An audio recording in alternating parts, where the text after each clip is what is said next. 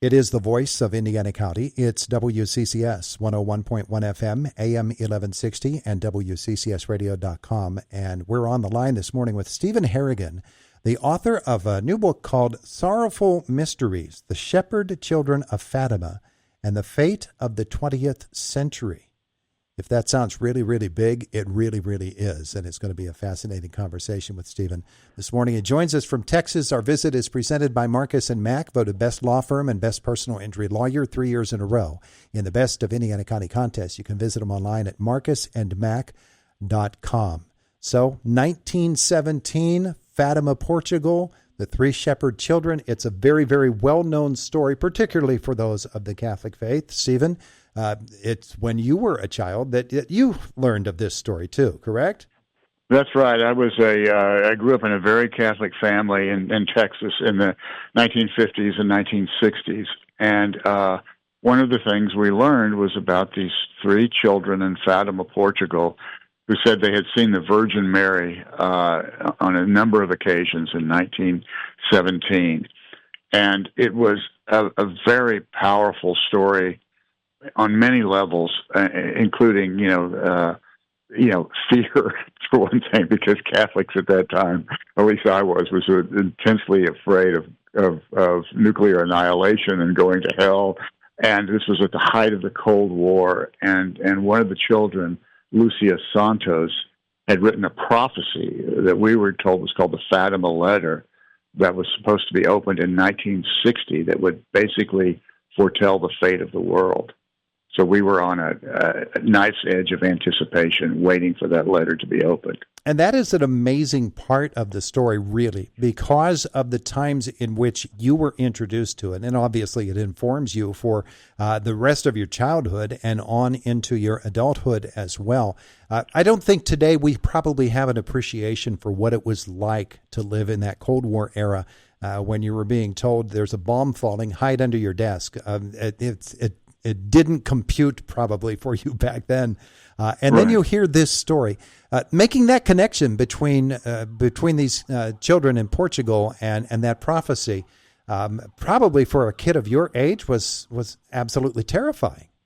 It really was. It was, and it was all bound up in the kind of majesty and mystery of Catholicism. So, it was just this intense, we were just blanketed in magic and fear at that time. It felt like to me. And, I remember Lucia Santos, the girl who sort of spearheaded these apparitions, and she had two cousins who she was older and bossier than they were, and she's the one who claimed to have seen the Virgin Mary.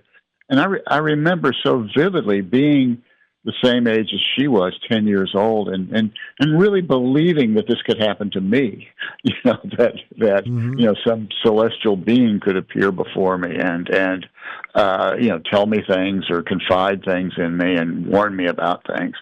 So there was a sense of kinship, childhood kinship, religious kinship, that really, I think, for kids of my age and my experience in terms of religion at that time was really, really binding and really made us feel connected to these really remote people in Portugal, these children far away on the other side of the world. Now, the interesting thing about it is that this is when you're a kid, you're 30, 35 years after the Fatima letters come out. And so the world has had all of that time to digest the original story and to watch as the century unfolded, which included the World War I and World War II years.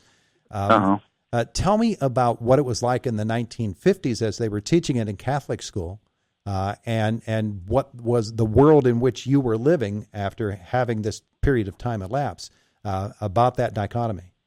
Well, we were told about the existence of the Fatima letter, probably when I was in Catholic school, and probably toward the end of the 1950s.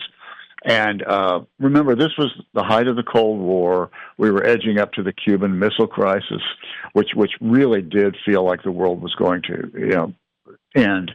And we were told that that this letter would be opened in 1960, and it would tell us what our fate was, basically. Mm-hmm. This is a letter that Lucia later in life wrote down. The bishop asked her to write it down, and then she gave it to the Vatican, or to her bishop, who gave it to the Vatican, and it was supposed to be opened in 1960.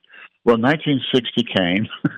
We were sitting there wondering what in the world the letter was going to say, and the nun who was teaching our class at the time said, "Well, the Pope opened the letter, said it was too terrifying for anybody to read, and put it back in the envelope." Mm. And so you can imagine the fear that we all felt, because this sort of confirmed, all the worst possibilities. The world was going to end if we were not, again, being very Catholic and being very credulous at that time as a little kid. I believed if I were, in a state of mortal sin, I would go to hell. So not only would the world end, but I would spend eternity in hell. And this is these are the days of hardcore Catholicism, And so that letter was not opened until 2000, or was not revealed to the public until 2000. And a lot of time, 40 years passed of suspense, people wondering what the letter said. Mm-hmm. What was it going to foretell about our future? Well, as your life then unfolds through the 1960s and the 70s, you become an adult male, and you continue to forge on with the knowledge of this letter in your background. Did it ever fade away for you? It did to some degree. I mean, those childhood fears evaporated, naturally enough. I think as you get older, you get more distracted by reality that's around you. I like a lot of Catholics, I sort of fell away from the faith, but could never quite fall away from Catholicism, which was, is a cultural thing as well as a religious thing. It's kind of all enveloping. And so I grew older. I grew, I hope, wiser. And but it was always sort of a background radiation for me. What did that Fatima letter say? What did it mean? And as I got more and more curious about it, I remember reading about what it said when the letter was finally revealed to the public. Mm-hmm. And, spoiler alert, it wasn't all that dire, but it was very mystical, and it involved a vision that Lucia had of this priest, of the bishop in white, which is the Pope, being gunned down and killed. And what was so amazing was that in St. Peter's Square on May 13th, the date of the first apparition in 1981, on the 64th anniversary of the first apparition at Fatima, Pope John Paul II was shot down and survived. But he believed that basically the Virgin Mary, who had appeared at Fatima, had saved his life and guided the path of the bullet through his body and saved his life. So what was so fascinating to me about the story as I grew older and grew to understand how it connected with everything was how almost all the major events of the 20th century, the rise of communism, the two world wars, the 1918 flu pandemic, assassinations, they were all connected in some way with the Fatima events. And so there's all these interesting intersections, and you could almost tell the story of the 20th century through the lens of what happened at Fatima. So you decide to write about it. Sorrowful Mysteries, The Shepherd Children of Fatima and the Fate of the 20th Century is the book that is the result that we're talking about this morning that is now available to folks. Tell me about that decision, because it's more than just about Fatima. It's about your life and your spirituality and the way that it works out in your life and how your Catholicism is a part of you. Tell me about that decision to sit down and write this book. Well, first I thought I'll just write about. I thought I would write a magazine article, kind of looking back on the events of Fatima and what was real and what was not, or at least in my opinion. And then I realized this was more than a magazine article because I realized the connection I felt with these three little children, two of whom died in the flu pandemic of 1918, very young. And this was right after COVID. And so I was thinking, wow, I really understand this in a way. We've all lived through a pandemic. And I had lived through a version of Catholicism that was, very distant in time and place, but sort of identical in ritual and magic and spirituality as these three children had experienced. And so I began to think this was a good vehicle for a kind of memoir in a way, a kind of a narrative history of those events, but also a kind of interior history of what I experienced and what I think a lot of people of my age also experienced, whether they remained devout or whether they, fell away from those beliefs as I have mostly done.